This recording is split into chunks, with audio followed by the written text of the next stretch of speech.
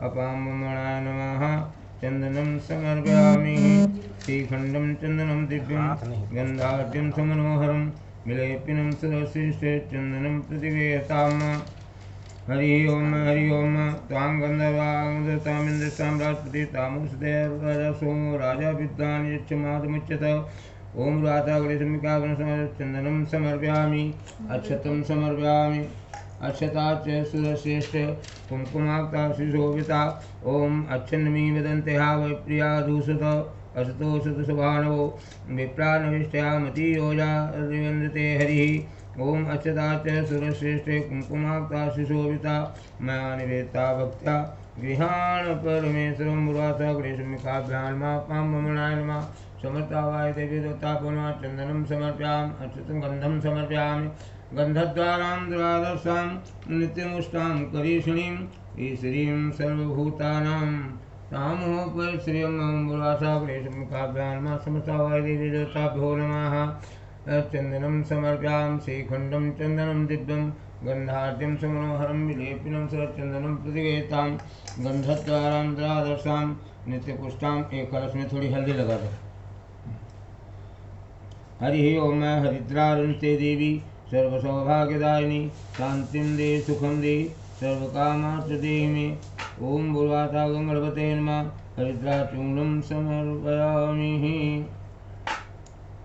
दूर्वा ये लक्ष्मी को चढ़ा दे गौर। हाँ गौरी को चढ़ा दो लक्ष्मी गौरी को भी चढ़ा दो।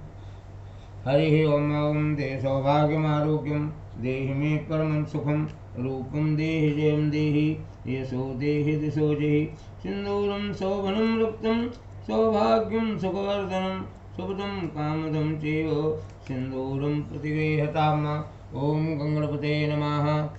दूर्वाङ्कुरान् समर्पयामि काण्डात् पुरोहन्ति करुखा परस्परि एवानो दूर्वेपतन सहस्रेण शतेन च दूर्वाङ्कुरान् सहर्तान् मृतान् मङ्गलप्रदान् आनीतास्तं पूजार्थ गृहाण गणनायक।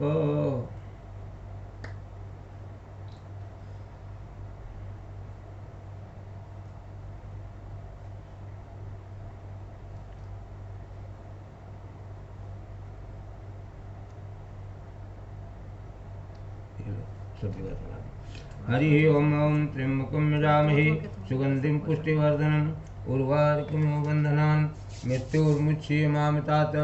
ओम त्र्यंबकं यजामहे सुगंधिं प्रतिवेदनम् उर्वारुकमिव बन्धनान् मृत्योर्मुच्येमामृतात्।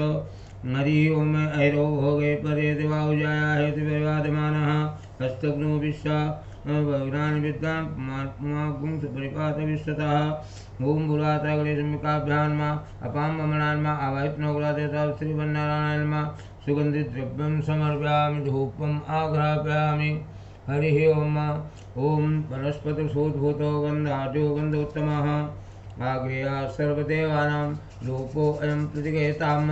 ओम धूर्वन्तं धूर्वत वयं धूरामासनितमं प्रप्रथमं ज्येष्ठतमं देव वनस्पतिशोद्भूतो गन्धाढ्यो गन्धोत्तमः आग्रेया सर्वदेवानां धूपोऽयं प्रतिगृह्यताम्।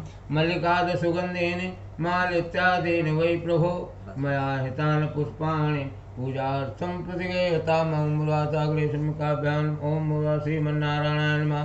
पुष्पमालां समर्पयामि मल्लिकादसुगन्धेन मालित्यादीन वै प्रभो मया हितानि पुष्पाणि पूजार्थं प्रतिगृह्यताम्। मुराताग्रेशमिकाभ्याम् नमः। अपाम एक एक फूल जो है थोड़े रख लो एक चढ़ा दो सब जगह। हरि ओम औषधि प्रतिबोधत्वं पुष्पति सूरी सृजति वीर्थापार्षिण्यः अस्या औषधि सृजद्वरी वीर्थापार्षिण्यः माल्यादीन सुगन्धीनि मालित्यादीन वै प्रभो मया हितानि पुष्पाणि पूजार्थं प्रतिगृह्यताम्। मुराताग्रेशमिकाभ्यान्मापाममनाय नमः। पुष्पमालां समर्पयामि मल्लिकादसुगन्धीनि मालित्यादीन वै प्रभो मया हितानि पुष्पाणि पूजार्थं पुष्पं समर्पयामि।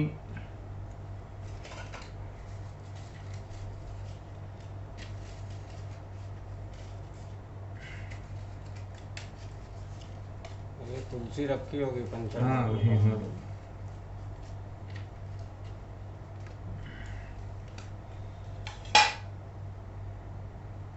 एक हम यहाँ वो निकालेंगे पंजीरी।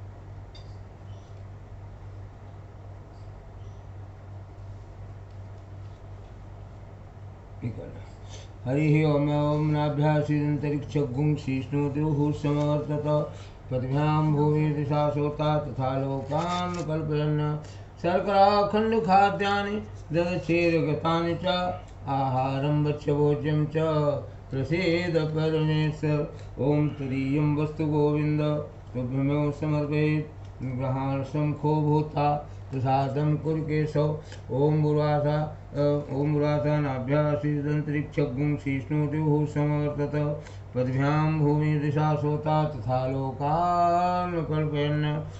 ये शालिग्राम के ऊपर भी चढ़ा दीजिए। हरि ओम ओम बुरासा गणेशमुखाभ्यां महापामन समतावे देवी देवताभ्यो नमः नैवेद्यं निवेदयामि 4 बार आचमन। हरि ओम प्राणाय स्वाहा ओम अपानाय स्वाहा ओम उदानाय स्वाहा ओम व्यानाय स्वाहा ओम समानाय स्वाहा ओम बुरासा गणेशमुखाभ्यां महापामनाय नमः वाहितनोग्रा देवताभ्यो श्रीमन्नारायणाय नमः ओम श्रिये नमः ओम लक्ष्मी सोदराय नमः नैवेद्यान्ते आत्मनीयं प्रत्यात्मनीयं पुनरात्मनीयं जलं समर्पयामि। फल चढ़ा।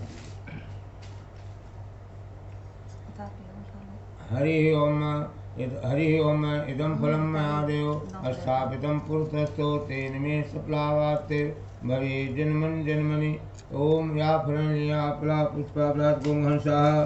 हरि ओम ओम इदं फलं महादेव स्थापितं पुरतस्थो तेन मे सप्लावाप्तिर्भवे जन्मन्यया ओम या फलनिया फला पुष्पायात् पुष्पणीः बृहत्प्रसूतात्तानुमुच्यतुगुंहंसः। ओम इदं फलं महादेव स्थापितं पुरतस्थो तेन मे सप्लावाप्तिर्भवे जन्मन् जन्मनो बुरासा गणेशमुखाभ्यां महापामनावायतनोग्रदेवताभ्यो नमः श्रीमन्नारायणाय नमः। अर्घ्यं समर्पयामि फलान्ते आत्मनीयं जलं समर्पयामि। एक आचमनी जल चढ़ा दीजिए। फलान्ते आत्मनीयं जलं समर्पयामि।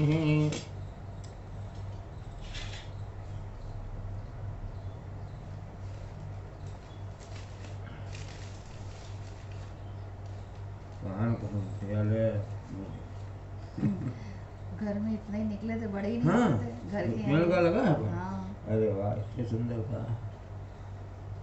बड़े ही नहीं हुए मगर तो काम तो चल जाएगा। अरे अभी इस दिन ढूंढे नहीं मिले घर से निकलता। हरि ओम पुरुषेण हर्का देवाय किमतन्नत वसंतो सीताचम ग्रीष्मा श्रद्वी पुंगी फलं महादिव्यं नागवल्ली दलरुतं एराजचूं संयुक्तं ताम्बूलं प्रतिगृह्यताम् यत्पुरुषेण हर्का देवाय किमतन्नत वसंतो सीताचम ग्रीष्मा श्रद्वी। हरि ओम यत्पुरुषेण हर्का देवाय किमतन्नत वसंतो सीताचम ग्रीष्मा श्रद्वी पुंगी फलं महादिव्यं नागवल्ली दलरुतं एलादचूर्ण संयुक्तं ताम्बूलं प्रतिगृह्यताम् यत्पुरुषेण हविका देवाय किमतन्नत वसंतो सीताचम ग्रीष्मा श्रद्वी पुंगी फलं महादिव्यं नागवल्ली दलरुतं एलादचूर्ण संयुक्तं ताम्बूलं प्रतिगृह्यताम्। हो गया सब ठीक। अब दक्षिणा को चढ़ा दो दिल पर। हरि ओम पुरुषेण हविका देवाय किमतन्नत वसंतो सीताचम ग्रीष्मा श्रद्वी पुंगी फलं महादिव्यं नागवल्ली दलरुतं एलादचूर्ण संयुक्तं ताम्बूलं प्रतिगृह्यताम् हिरण्यगर्भगर्भस्थं हेम बीजं विवासो अनन्ते पुणे पदा मता शान्ति पृथ्वीमुरासा ग्रीष्मकाभ्यां मामनाय नमः आबहित रोगरादेवता श्रीमन्नारायणाय नमः कृता पूजा साधुग्राते प्रदक्षिणां समर्पयामि। यानि काञ्च पापानि जन्मान्तर्गतानि च तानि सर्वाणि नश्यन्तु प्रदक्षिण पदे पदे। मङ्गलं भगवान् विष्णु मङ्गलं गरुडध्वजा मङ्गलं पुण्डरीकाक्ष मङ्गलाय तनूहरि गजाननं भूतगणादिसेवितं कपित्थजम्बूफलचारुभक्षणम् उमासुतं शोकविनाशकारकं नमामि विघ्नेश्वरपादपङ्कजं। सर्वमङ्गलमाङ्गल्ये शिवे सर्वार्थसाधिके शरण्ये त्र्यम्बके गौरि नारायणे नमोस्तुते। ॐ ब्रह्मा मुरारिपुरान्धकारी भानुसती भूमसुतो बुधश्च गुरुश्च शुक्राश्च निराहुकेतवा सर्वे गृहा शांतिकरा भवन्तु। सशङ्खचक्रं शिखिरीटकुण्डलं सपीतवस्त्रं शिरसेरुहेक्षणं सहारवक्षस्थलकोशवश्रियं नमामि विष्णुं शिरसा चतुर्भुजम्। ओम बुराताग्रेष्मकाभ्यान्मापाममलान्मावायत्नोग्रादेत श्रीमन्नारायणाय नमः। प्रार्थनां ते पुष्पं समर्पयामि नमस्करोमि। प्रेम श्लोक गणेश भगवान की जय, गौरी माता की जय, वरुण भगवान की जय, श्रीमन्नारायण भगवान की जय। भगवान की इच्छा को समझ करें। ये लो यार, अब लास्ट में आपको चढ़ाना है और मम्मी पापा जो है बार बार उनको चढ़ाना। ये हाथ जोड़ के अच्छे कीजिए।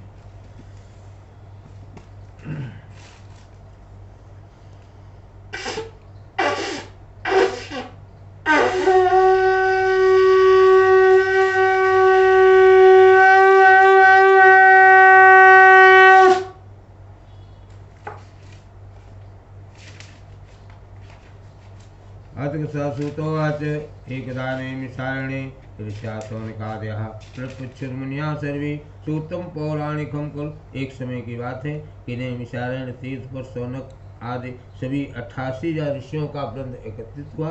सूत जी पुराण शास्त्र के वेत्ता थे। सूत जी महाराज से सभी सौनक 88,000 ऋषियों ने पूछा कि महाराज घोर कलयुग निकट आ रहा है, धर्म की रक्षा किस प्रकार से होगी, प्राणियों और जीवों की रक्षा किस प्रकार से होगी, इसके बारे में मुझको उपाय बतलाइए। और ये भी बतलाइए कि व्रतेन तत्सा की माँ प्राप्ते वांछितम फलम, व्रत के करने से, तप के करने से, कथा श्रवण करने से जो है क्या फल प्राप्त होगा, इसके बारे में महामुनि मुझको बतलाइए, मैं जानना चाहता हूँ।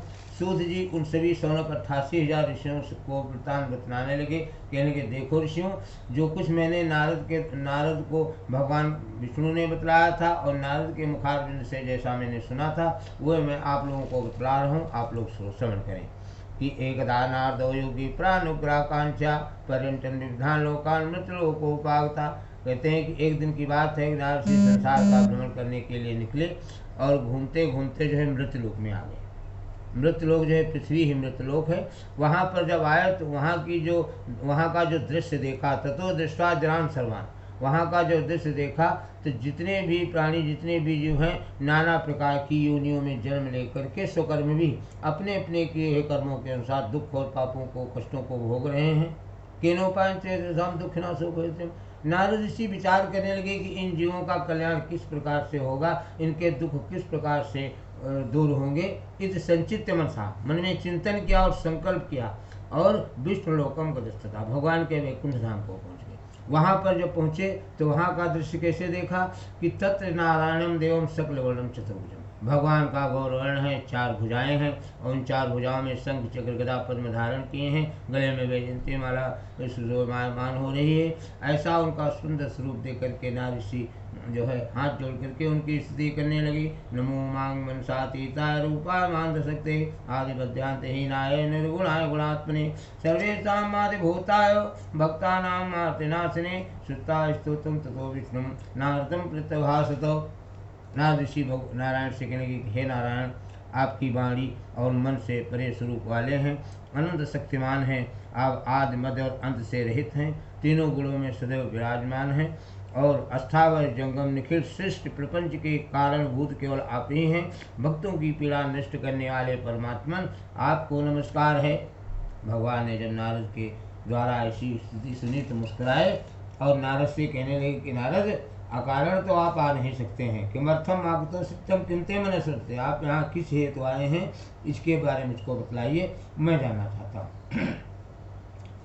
नारद कहने लगे कि भगवान मृत्युलोके जना सर्वे नाना कृष्ण, मृत्युलोक का मैं भ्रमण करके अभी आ रहा हूँ। वहाँ की जो स्थिति मैंने देखी बड़ी चिंतनीय है, बड़ी दयनीय है। भगवान वहाँ के जितने भी प्राणी, जितने भी जीव हैं, वो सब अपने अपने किए कर्मों के अनुसार अपने कष्ट और दुखों को भोग रहे हैं। हे प्रभु, अगर उनके कष्ट दूर करने का जो है आपके पास कोई उपाय हो तो मुझको बताएं।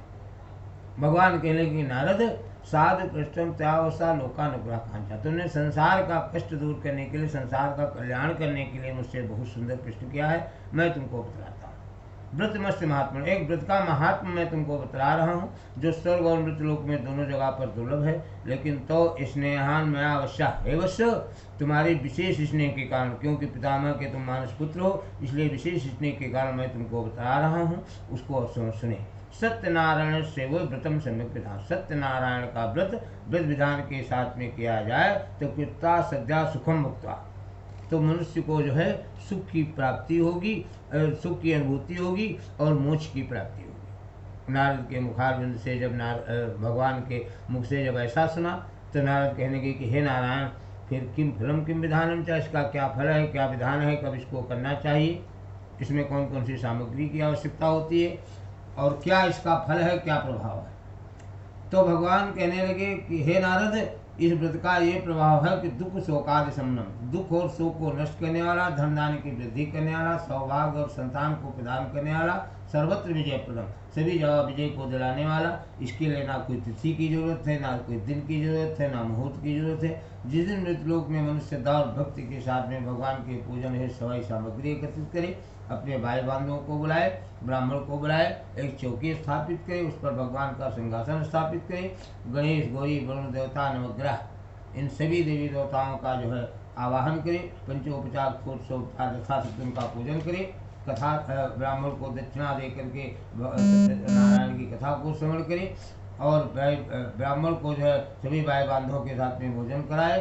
प्रसादम भक्षेत भक्त्या, जब सभी भक्त लोग कथा कथोपरांत हवन आरती के पश्चात जब प्रसाद वितरण हो तो वो प्रसाद ग्रहण करके जब फुर्सत में हो जाए तो कुछ भजन कीर्तन इत्यादि करें और तथा से सुगृहम गच्छे, जब अपने घर को प्रस्थान करें तो मन में नारायण का स्मरण करते अपने घर को जाएं। सूत जी कहने के ऋषियों से कि हे ऋषियों, इस तरह से पृथ्वी पर मनुष्य जब श्रद्धा और भक्ति के साथ में भगवान का पूजन करेगा, उनकी कथा श्रवण करेगा, उनका नामोच्चारण करेगा, तो उसके जितने भी दुख हैं, जितने भी कष्ट हैं, वो उसके तत्काल ही दूर हो जाएंगे। विशेषतः कलुगे लघु उपाय भूतले, कहने के हे ऋषियों, इस घोर कलयुग में जो है एक छोटा सा यही उपाय था, वो मैंने आपको बता दिया। श्री स्कंदपाखंडे सत्यनारायण वृत्तायाम प्रथमोध्याय प्रेमलोचतान भगवान की जय हो, लक्ष्मी नारायण भगवान की जय हो।